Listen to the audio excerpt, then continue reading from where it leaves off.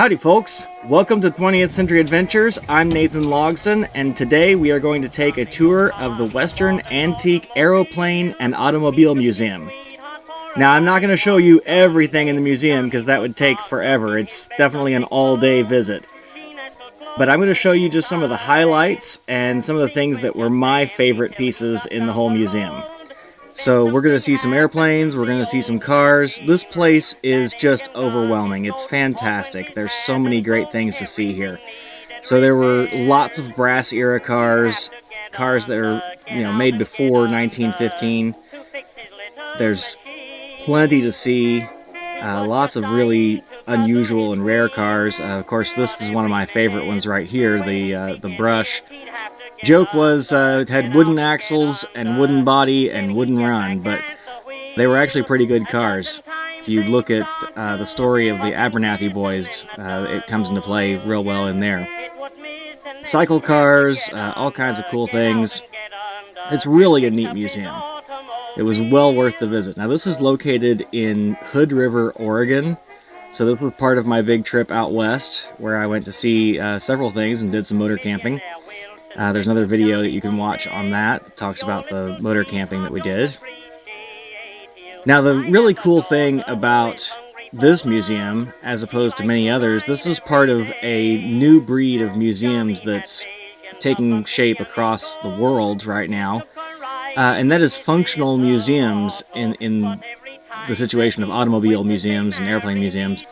A lot of these are static display museums where you go and you see these things and they may be beautifully restored, but they're not in mechanical condition. Whereas with WAAAM and other places like Seal Cove and places like that, these museums actually maintain and repair their machines. So everything, for the most part, in this museum is operational. So all of the cars drive, all of the airplanes fly, and they actually get them out the second Saturday of every month. They take out some of these vehicles and airplanes, and you can take rides in them. So this was a really cool display. Of course, you know I'm into motor camping. These were two vehicles that were set up for motor camping, and they have some camping gear around them, and you can kind of see inside how they're set up for camping. Some great ideas, really. And if this is something that interests you, definitely check out the Amalgamated Order of Motor Campers. The link is below here. You can check out that and see how you can get involved in historic motor camping.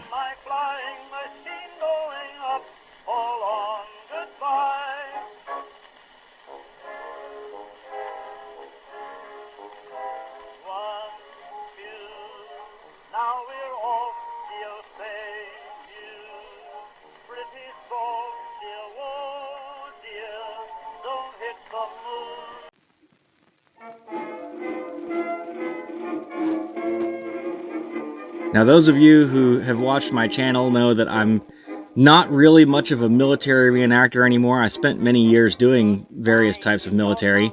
I've never done World War I, but it does interest me, and it, of course, was a major portion of what shaped the 20th century in those early years. If you look at the period prior to World War I, before 1914 is sort of the end of the 19th century, and after the war, after 1918, there's a significant change in cultural norms, in how things operate. Just the whole world changed because of this war. And so it's a very interesting aspect of time to look at and recreate. And of course, there's the fun of all the machines that go with that. So they have a great display here of World War I biplanes, the motorcycle. They even have an ambulance truck. So definitely one of the few places where you'll be able to see this kind of stuff and in such condition as well.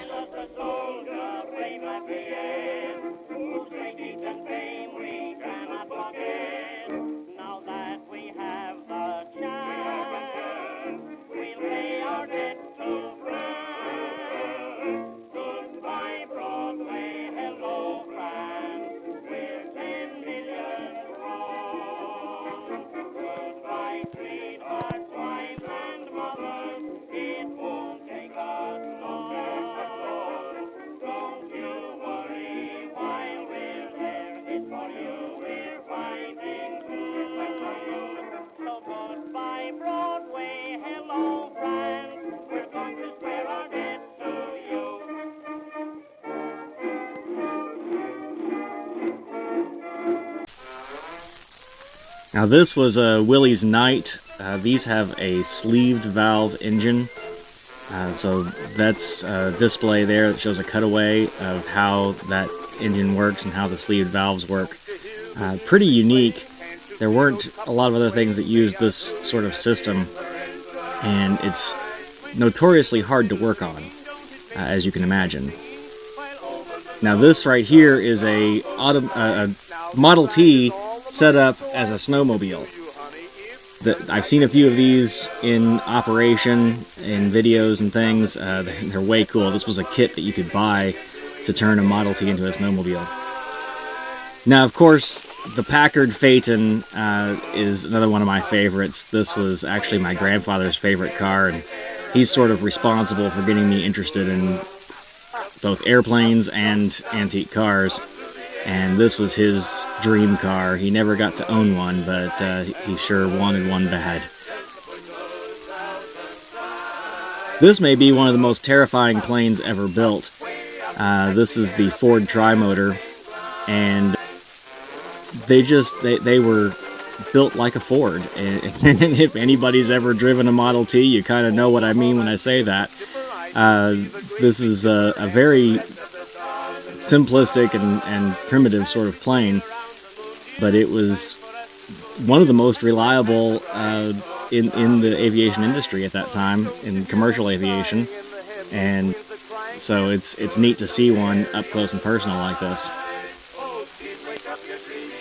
They have a great collection of early trucks, just about every truck brand you can possibly imagine. They've got it. Lots of big one-ton trucks. Really neat stuff.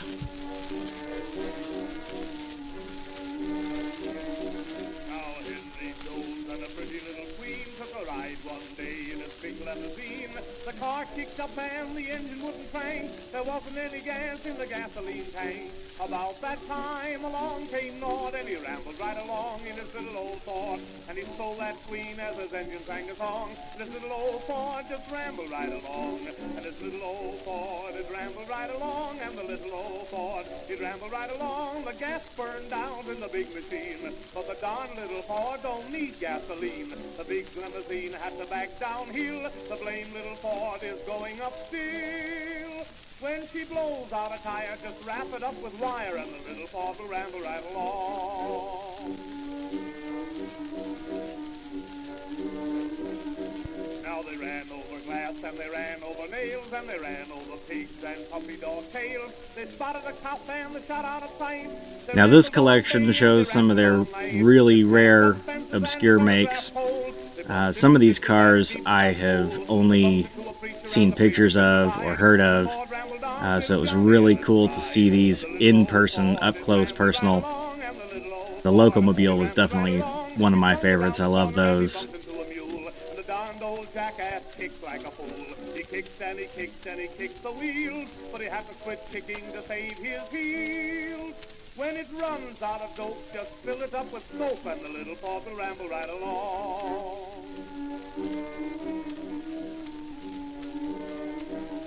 You can smash up the top and smash up the seat. You can twist it out of shape. And of course they had a nice side collection of firearms. They had military arms as well as civilian arms. This is a sneak peek here at some of the civilian hunting-related weapons that they had, so that was kind of neat to see. They had a lot of other side exhibits. There's lots of things that are either aviation or automobile-related that you can see along the way. Some really cool displays.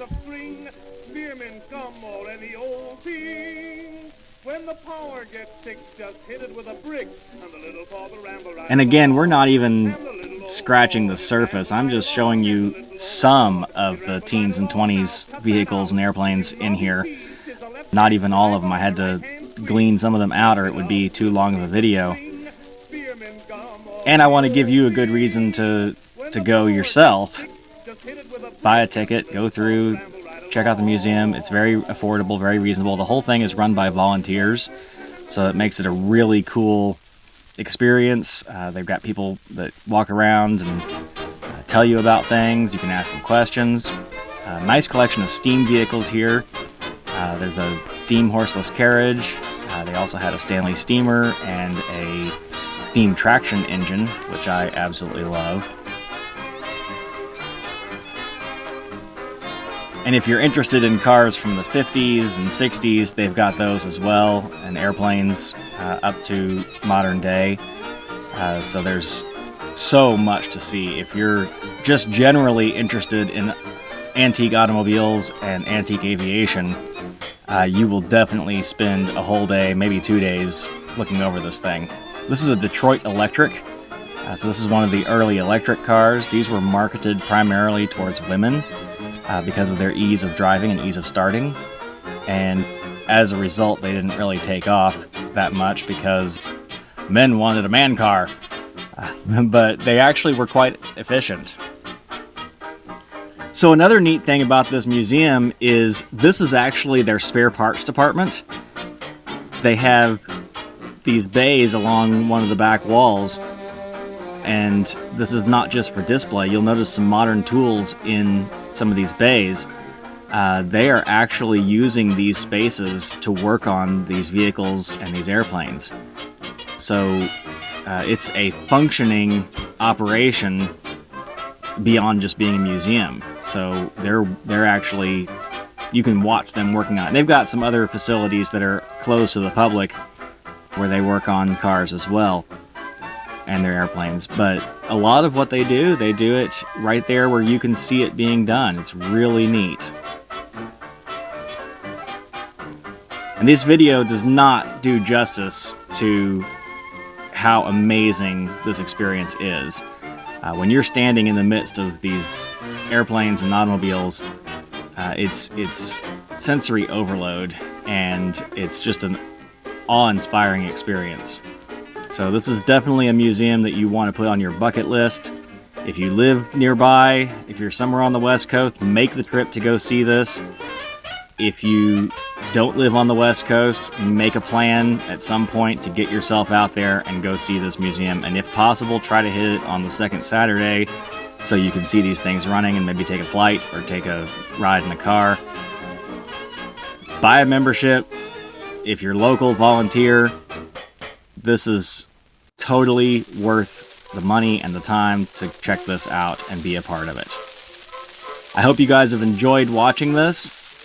Please give us a like and subscribe, and we'll see you down the road.